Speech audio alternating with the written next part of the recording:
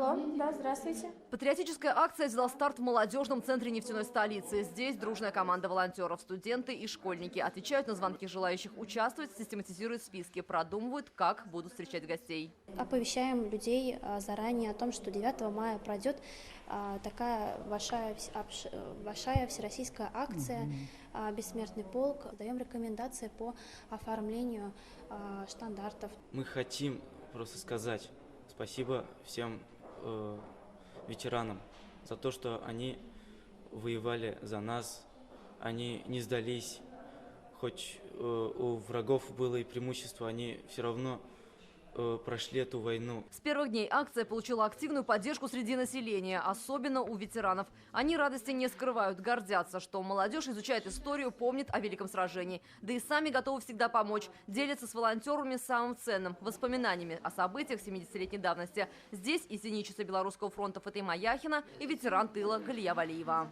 Ходила по землянкам, читала сводки Совинформбюро, как агитатор.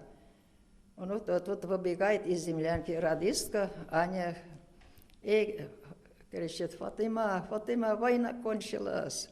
И мы начали с них кричать, там: ребята, война кончилась, война кончилась.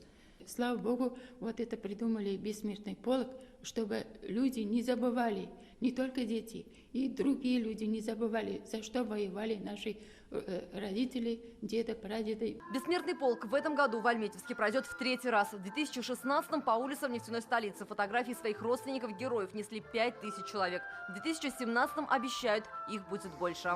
Александр Севастьянов, Фуат Гайсин, Булат Шафигуллин, ТНВ, Альметьевск.